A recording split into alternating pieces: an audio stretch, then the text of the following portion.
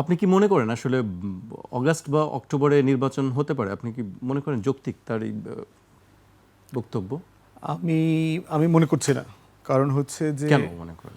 মনে করছি না, প্রথম কথা হচ্ছে যে নির্বাচনের জন্য শুধু না, বিপ্লবের অথবা গণ অভ্যুত্থানের পরে সকল পক্ষ মিলে আমরা একটা অন্তর্বর্তীকালীন সরকারকে দায়িত্ব দিয়েছি এবং সেটা আমাদের সকলের ঐক্যমতের ভিত্তিতে হয়েছে।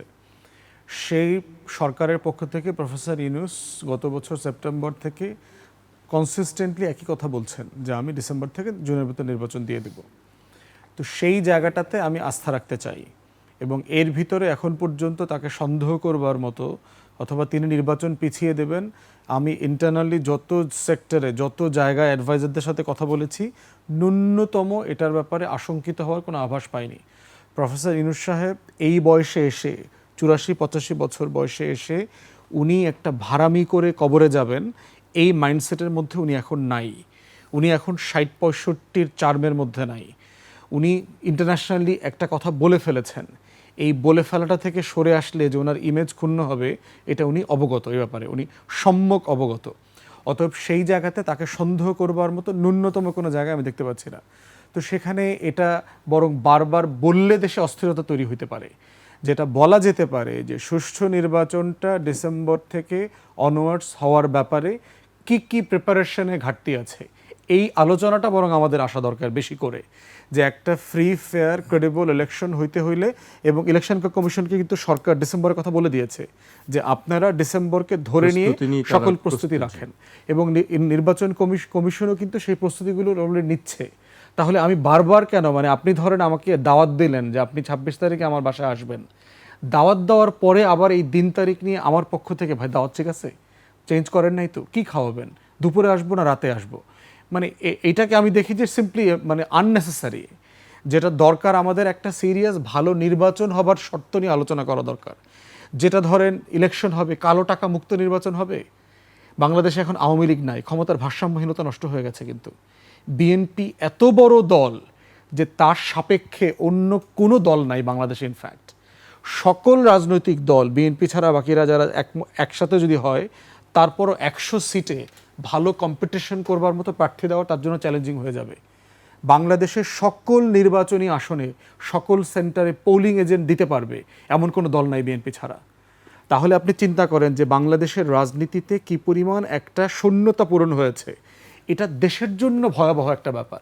বিএনপির কে অস্তিত্ব সংকটে ফেলে দেবে। বিএনপি যদি মনে করছে যে আমি এককভাবে 250, 270, 80 সিট নিয়ে ক্ষমতায় আসবো, এটা বিএনপির আগামী দিনের রাজনীতি শেষ করে দেবে। কারণ ল্যান্ডস্লাইড হচ্ছে কবরে যাওয়ার পথ। ল্যান্ডস্লাইড কখনো অ্যাকাউন্টেবল পলিটিক্স তৈরি করে না রাষ্ট্রে। অতএব সেই জায়গাতে আমাদের সবার জন্য এখন আলোচনার বিষয় হয়ে গেছে যে একটা ক্রেডিবল অপোজিশন আমি কোথায় পাবো। তারপরে ধরেন একটা বিশাল দল আছে। জীবন অবাক না করলে কে করবে? 28% মিল্ক ফ্যাটের অবাক করার সাথে ফ্রেশ মিল্ক পাউডার। জীবন অবাক করুক প্রতিদিন। অনেকগুলো দল এখন আছে বিএনপির সাথে বার্গেন করে একটা দুটা সিট বাগাইতে পারে কিনা। কেউ বিরোধী দল হইতে চায় না। তাহলে আপনি বিরোধী দল ছাড়া পার্লামেন্ট কিভাবে চালাবেন? আপনি ওয়েস্টমিনিস্টার মডেলের পলিটিক্স চান তো এই দেশে, তাহলে সরকারকে অ্যাকাউন্টেবল করবে কে? বিএনপির পক্ষ থেকে বলে দেওয়া হয়েছে জাতীয় ঐক্যমতের সরকার হবে, মানে যুগপদে যারা ছিলেন তাদের সবাইকে নিয়ে এসে সরকার গঠন করবে। তাহলে বাকি থাকবে কে? সবাই সরকারের অংশীদার হয়ে যাবে। তাহলে সেখানে কি গণতন্ত্র ফ্লারিশ করবে? এটা দেশের জন্য ভয়ানক একটা ব্যাপার। তাহলে আমাকে ডিসেম্বরের দিন তারিখের থেকেও আমি তো এগুলো নিয়ে আমি চিন্তিত। আমার কালো টাকা মুক্ত নির্বাচন কিভাবে হবে? যারা নতুন নির্বাচনে আসতে চায়, একটা যোগ্যতার ভিত্তিতে মেরিটের ভিত্তিতে ইলেকশন করতে চায়, সে কালো টাকাকে ফেস করবে কিভাবে? ভালো প্রার্থীরা এই বিশাল ক্রিমিনাল সিন্ডিকেট যে 10 কোটি 50 কোটি টাকা চা নাস্তার মতো করে বিলাবে, ফুসপানি খাওয়াবে, নগদে বিকাশে দেবে, অটো পাঠায়, ভ্যান গাড়ি পাঠায় লোক নিয়ে আসবে, এই ইলেকশন ক্যাম্পেইন আমি কীভাবে মোকাবেলা করব?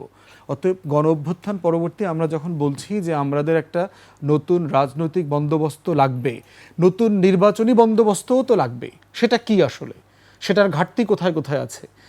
আমার ইলেক্টোরেটকে, আমার নির্বাচনে যারা ভোট দেবেন তাদেরকে শিক্ষিত করব আমরা কিভাবে ইলেকশন কমিশনের?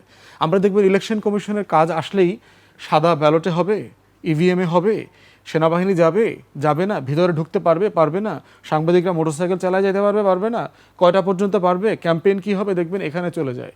নির্বাচনের সবচেয়ে গুরুত্বপূর্ণ এলিমেন্ট হচ্ছে আপনার ভোটার।